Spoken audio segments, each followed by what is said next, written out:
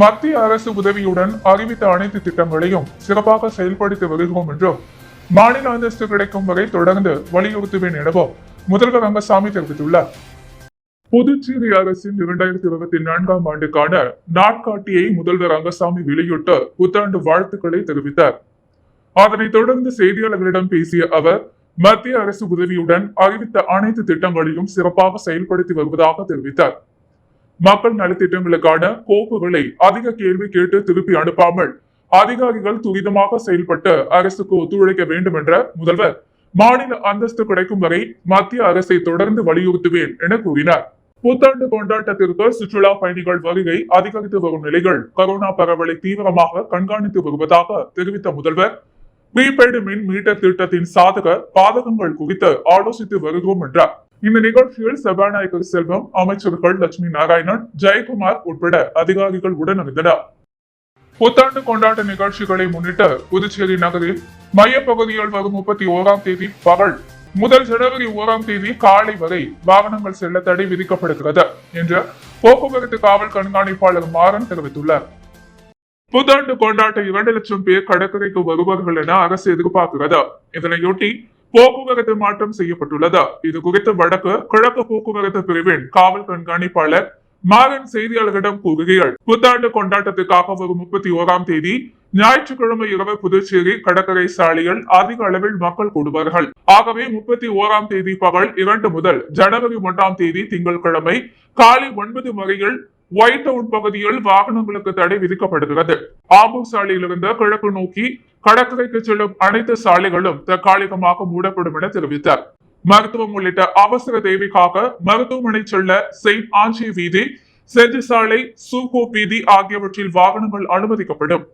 கடற்கரை சாலையை ஒட்டிய பகுதிகள் அமைந்த பொதுமக்களுக்கு சிவப்பு, தேவாலயத்திற்கும் வருவோருக்கும் மஞ்சள், விடுதி உள்ளிட்டவற்றில் பணிபுரிவோருக்கு ஊதா நிற அடையாள அட்டைகள் வாகனங்களுக்காக வழங்கப்படும். அடையாள அட்டையை போக்குவரத்து பிரிவு காவல் நிலையத்தில் பெற்றுக் கொள்ளலாம் என கண்காணிப்பாளர் மாறன் கூறினார். புத்தாண்டு கொண்டாட்டத்திற்கு வருவோர் தங்களது வாகனங்களை புதிய துறைமுகம், உப்பிளம் இந்திரா காந்தி விளையாட்டு மைதானத்தில் இலகுவ வாகனங்கள், கனரக வாகனங்கள் நிறுத்தலாம். உப்பிளம் பெத்தி செமினார் பள்ளியில் 2 சக்கர வாகனங்கள் மட்டும் நிறுத்தலாம்.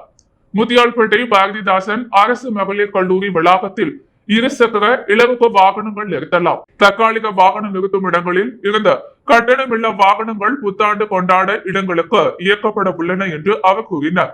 புதுச்சேரி நகர பகுதியில் வரும் 31ஆம் தேதி பகல் முதல் ஜனவரி 1ஆம் தேதி காலை வரை அனைத்து வகை கனரக வாகனங்கள் செல்ல தடை விதிக்கப்படுகிறது. ஆம்பூர் சாலை, செஞ்சி சாலை உட்பட தடை செய்யப்பட்ட சாலைகளில் வாகனங்கள் நிறுத்தப்படுவோர் மீது கடும் நடவடிக்கை எடுக்கப்படும். போக்குவரத்து விதிகளை மீறியும் அதிவேகமாகவும் வாகனங்களை இயக்குபவர்கள் கண்காணிப்பு கேமராக்கள் மூலம் அடையாளம் காணப்பட்டு கடும் நடவடிக்கை எடுக்கப்படும். இதற்காக 150 சிசிடிவி கேமராக்கள் பொருத்தப்பட்டுள்ளன. புதுச்சேரியில் புத்தாண்டுக்காக 6 காவல் கண்காணிப்பாளர்கள், 10 காவல் ஆய்வாளர்கள், 300 காவலர்கள் போக்குவரத்து பிரிவில் பணியாற்ற உள்ளனர். புத்தாண்டுக்காக மொத்தம் 1000 போலீசார் பணியில் ஈடுபடுத்தப்படுவர். மது அருந்து விட்டோ வாகனங்களை வேகமாக இயக்கினாலோ கடும் நடவடிக்கை எடுக்கப்படும் என்று மாறன் குறிப்பிட்டுள்ளார். எப்போதும் உண்மையின் பக்கம் நிற்கும் மனிதராக விஜயகாந்தை இவ்வுலகம் அடையாளப்படுத்தியுள்ளது என்று புதுச்சேரி முதல்வர் ரங்கசாமி புகழாரம் சூட்டியுள்ளார். புதுச்சேரி முதல்வர் ரங்கசாமி வெளியிட்டுள்ள இரங்கல் செய்தியில், நடிகரும் தேமுதிக தலைவருமான விஜயகாந்த் மறைவுக்கு புதுச்சேரி முதலமைச்சர் ரங்கசாமி இரங்கல் தெரிவித்துள்ளார்.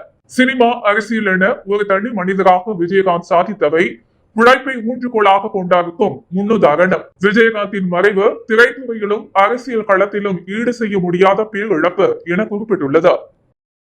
புதுச்சேரியில் புத்தாண்டை முன்னிட்டு நகர பகுதியில் குற்ற சம்பவங்களை தடுக்கும் வகையில் பெரியகடை போலீசார் திடீர் ஆய்வு மேற்கொண்டனர். புதுச்சேரியில் புத்தாண்டை கொண்டாடுவதற்காக வெளிநாடு மற்றும் வெளி மாநிலங்களிலிருந்து சுற்றுலா பயணிகள் புதுச்சேரிக்கு வருவது வழக்கம். அந்த வகையில் புத்தாண்டை முன்னிட்டு புதுச்சேரியில் நட்சத்திர ஹோட்டல்கள், தங்கும் விடுதிகள் முன்பதிவு செய்யப்படுகிறது.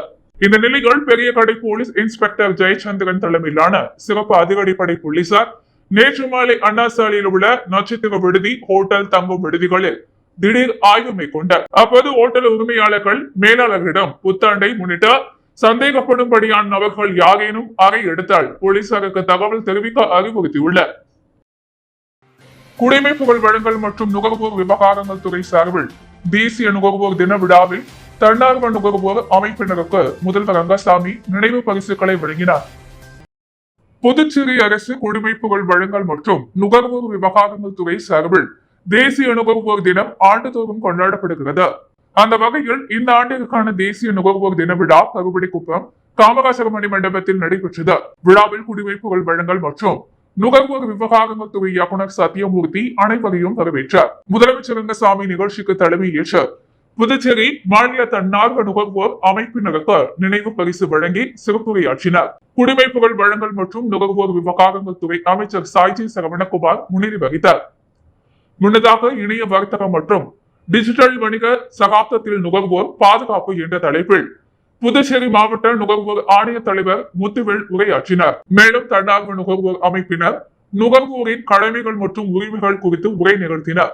முன்னாள் IAS அதிகாரி சுந்தர வடிவேலு குடிமைப்புகள் வழங்கல் மற்றும் நுகர்வோர் விவகாரங்கள் துறை துணை இயக்குநர் தயாளன், குடிமைப்புகள் அதிகாரிகள், ஆய்வாளர்கள், ஊழியர்கள் மற்றும் சுய உதவி குழுவினர், நுகர்வோர் அமைப்பினர், பொதுமக்கள் என பல கலந்து கொண்டனர். விழாவில் பாதுகாப்பான உணவு மற்றும் உணவு கலப்படம் குறித்து விழிப்புணர்வு ஏற்படுத்தும் வகையில் கண்காட்சி ஏற்பாடு செய்யப்பட்டிருந்தது.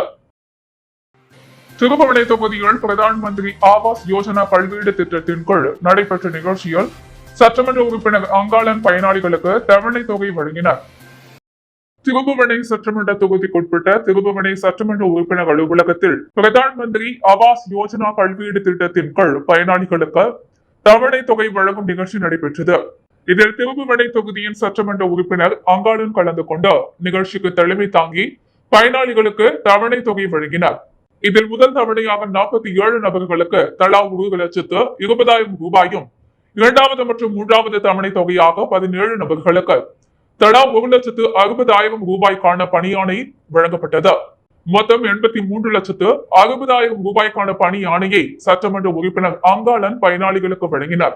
இதில் குடிசை மாற்று அதிகாரிகள் தலைமை செயல் அலுவலர் ராதாகிருஷ்ணன், உதவி பொறியாளர் ரவி, இளநிலை பொறியாளர் சத்யவாணி, மேற்பார்வையாளர் ரவிச்சந்திரன், நல ஆய்வாளர் வெங்கடேசன் ஆகியோர் முன்னிலை வகித்தனர். இந்த நிகழ்ச்சியில் பொதுமக்கள் மற்றும் சட்டமன்ற உறுப்பினரின் ஆதரவாளர்கள் பல கலந்து கொண்டனர். புதுவையின் அன்றாட நிகழ்வுகளை காண பாண்டி ஹெட்லைன்ஸ் யூடியூப் சேனலை சப்ஸ்கிரைப் பண்ணுங்க. தொடர்ந்து எங்களுடன் இணைந்திருக்க பக்கத்தில் உள்ள பெல் பட்டனை பிரஸ் பண்ணுங்க, லைக் பண்ணுங்க, ஷேர் பண்ணுங்க. என்றும் உங்களுடன் பாண்டி ஹெட்லைன்ஸ்.